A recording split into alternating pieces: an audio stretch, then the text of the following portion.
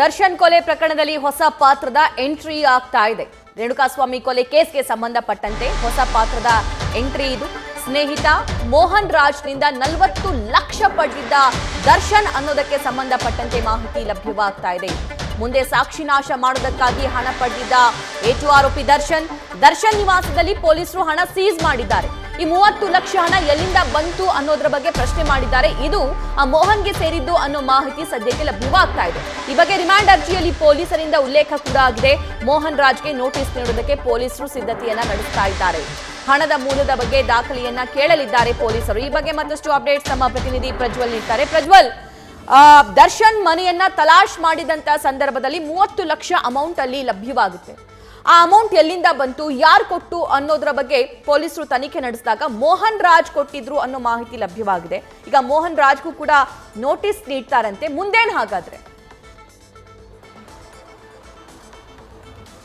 ಸಭಾ ಈ ಒಂದು ಪ್ರಕರಣದಲ್ಲಿ ಗಮನಿಸ್ತಾ ಹೋದ್ರೆ ಏಟು ಆರೋಪಿ ದರ್ಶನ್ ಏನಿದ್ದಾರೆ ಅವರು ಸಾಕ್ಷಿ ನಾಶವನ್ನ ಮಾಡ್ಲಿಕ್ಕೋಸ್ಕರವಾಗಿ ಹಣವನ್ನ ಪಡೆದಿದ್ರು ಅನ್ನುವಂಥದ್ದೇನಿದೆ ಅದು ಸ್ಪಷ್ಟವಾಗಿ ಗೊತ್ತಾಗ್ತಾ ಇರುವಂಥದ್ದು. ರಿಮಾಂಡ್ ಅರ್ಜಿಯಲ್ಲೂ ಕೂಡ ಉಲ್ಲೇಖವಾಗಿದೆ. ಮೋಹನ್ ರಾಜ್ ಅನ್ನುವರಿಂದ 40 ಲಕ್ಷ ಹಣವನ್ನ ಪಡೆದಿರೋದ್ರ ಬಗ್ಗೆ ಅವರೇ ಅಲ್ಲಿ ಹೇಳಿಕೆಯನ್ನ ಕೊಟ್ಟಿದ್ದಾರೆ. ಆ ಒಂದು ನಿಟ್ಟಿನಲ್ಲಿ ಮೋಹನ್ ರಾಜ್ ಅವರಿಗೂ ಕೂಡ ನೋಟಿಸ್ ಅನ್ನ ಕೊಡ್ಲಿಕ್ಕೆ ಈಗಾಗಲೇ ಪೊಲೀಸರು ಕೂಡ ಸಿದ್ಧತೆಯನ್ನ ಮಾಡ್ಕೊಂಡಿರುವಂಥದ್ದು. ಮೋಹನ್ ರಾಜ್ ಅವರು ಏನಾದ್ರೂ ವಿಚಾರಣೆಗೆ ಬಂದ್ರೆ ಅವರನ್ನ ಮೊದಲಿಗೆ ಪ್ರಶ್ನೆಯನ್ನ ಮಾಡ್ತಾರೆ. ಯಾಕೆ ಅಂತ ಹೇಳಿದ್ರೆ ಈ ಒಂದು ಹಣ ಎಲ್ಲಿಂದ ಬಂತು, ಇದೇನಾದ್ರೂ ಕಪ್ಪು ಹಣವಾ ಅಥವಾ ನಿಮ್ಮ ಬಳಿ ಈ ಹಣಕ್ಕೆ ದಾಖಲೆ ಇದೆಯಾ ಅನ್ನೋದ್ರ ಬಗ್ಗೆ ಕೂಡ ಪ್ರಶ್ನೆಯನ್ನ ಮಾಡ್ತಾರೆ.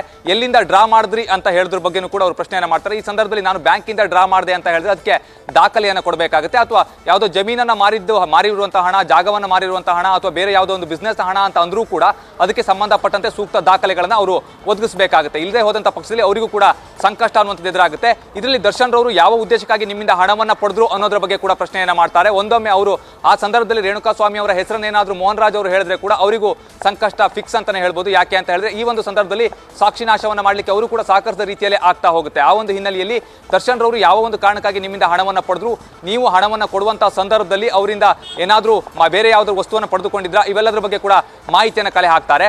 ಒಂದೊಮ್ಮೆ ಆ ಹಣ ಏನಾದ್ರೂ ಬ್ಲಾಕ್ ಮನಿಯೇ ಆಗಿದ್ದಂತ ಪಕ್ಷದಲ್ಲಿ ಅದನ್ನ IT ಅಧಿಕಾರಿಗಳು ಕೂಡ ಅವರ ಗಮನಕ್ಕೆ ತರುವಂತ ಒಂದು ಕೆಲಸವನ್ನ ಮಾಡ್ತಾರೆ. ಯಾಕೆ ಅಂತ ಹೇಳಿದ್ರೆ ಯಾವುದೇ ವ್ಯಕ್ತಿ ಆಗಿರ್ಬೋದು ಹಣಕ್ಕೆ ಸಂಬಂಧಪಟ್ಟಂತೆ 2 ಲಕ್ಷಕ್ಕಿಂತ ಹೆಚ್ಚಿನ ಹಣವನ್ನ ಮನೆಯಲ್ಲಿ ಇಟ್ಟುಕೊಳ್ಳುವಂತಿಲ್ಲ. ಒಂದೊಮ್ಮೆ ಇಟ್ಟುಕೊಂಡಿದ್ರು ಕೂಡ ಅದಕ್ಕೆ ಸಂಬಂಧಪಟ್ಟ ದಾಖಲೆಗಳನ್ನು ಕೊಡಬೇಕಾಗುತ್ತೆ. ದಾಖಲೆಗಳನ್ನ ಕೊಡಲಿಲ್ಲ ಅಂತ ಹೇಳಿದ್ರೆ ಆ ಬಗ್ಗೆ IT ಅಧಿಕಾರಿಗಳ ಗಮನಕ್ಕೂ ಕೂಡ ಪೊಲೀಸರು ತರ್ತಾರೆ. ಆ ಸಂದರ್ಭದಲ್ಲಿ IT ಅಧಿಕಾರಿಗಳು ಕೂಡ ಮೋಹನ್ ರಾಜ್ ಅವರನ್ನ ಪ್ರಶ್ನೆ ಮಾಡುವಂತ ಒಂದು ಸಂಭವ ಇರುತ್ತೆ. ಆಗ ಅವರೇನಾದ್ರೂ ಅದು ಬ್ಲಾಕ್ ಮನಿ ಆಗಿದ್ರೆ ಅವರ ಮೇಲೂ ಕೂಡ IT ಅಧಿಕಾರಿಗಳು ಪ್ರಕರಣವನ್ನು ದಾಖಲಿಸಿಕೊಳ್ತಾರೆ. ಇಲ್ಲಿ ಪ್ರಮುಖವಾಗಿ ಮೋಹನ್ ರಾಜ್ ಅವರು ಹಣವನ್ನ ಯಾಕೆ ಕೊಟ್ಟರು, ಅದೇ ರೀತಿಯಲ್ಲಿ ದರ್ಶನ್ ರವರು ಕೊಟ್ಟಂತಹ ಕಾರಣ ಏನು, ಹಾಗೆ ಮೋಹನ್ ರಾಜ್ ಅವರಿಗೆ ಹಣ ಬಂದಿದ್ದು ಎಲ್ಲಿಂದ, ಅವರು ಯಾವ ಹಣವನ್ನ ಇವರಿಗೆ ಕೊಟ್ಟಿದ್ದಾರೆ ಅನ್ನೋದ್ರ ಬಗ್ಗೆ ಕೂಡ ಇಲ್ಲಿ ಪ್ರಶ್ನೆಯನ್ನ ಮಾಡಬೇಕಾಗುತ್ತೆ. ಪೊಲೀಸರು ಪ್ರಶ್ನೆ ಮಾಡಿದಂತಹ ಸಂದರ್ಭದಲ್ಲಿ ಅವರು ಸರಿಯಾದಂತಹ ದಾಖಲಾತಿಗಳನ್ನ ನೀಡದೇ ಹೋದಂತಹ ಪಕ್ಷದಲ್ಲಿ ಖಂಡಿತವಾಗಿಯೂ ಕೂಡ ಮೋಹನ್ ರಾಜ್ ಅವರು ಸಂಕಷ್ಟಕ್ಕೆ ಸಿಲುಕ್ತಾರೆ ಅಂತಾನೆ ಹೇಳಲಾಗುತ್ತೆ. ಇನ್ನೊಂದು ಕಡೆಯಲ್ಲಿ ದರ್ಶನ್ ರವರಿಗೂ ಕೂಡ ಈ ಒಂದು ವಿಚಾರದಲ್ಲಿ ಸಾಕಷ್ಟು ಸಂಕಷ್ಟ ಎದುರಾಗುವಂತಹ ಒಂದು ಸಾಧ್ಯತೆಗಳು ಕೂಡ ಇರುತ್ತೆ. ಸಭಾ, ಥ್ಯಾಂಕ್ ಯು ಪ್ರಜ್ವಲ್.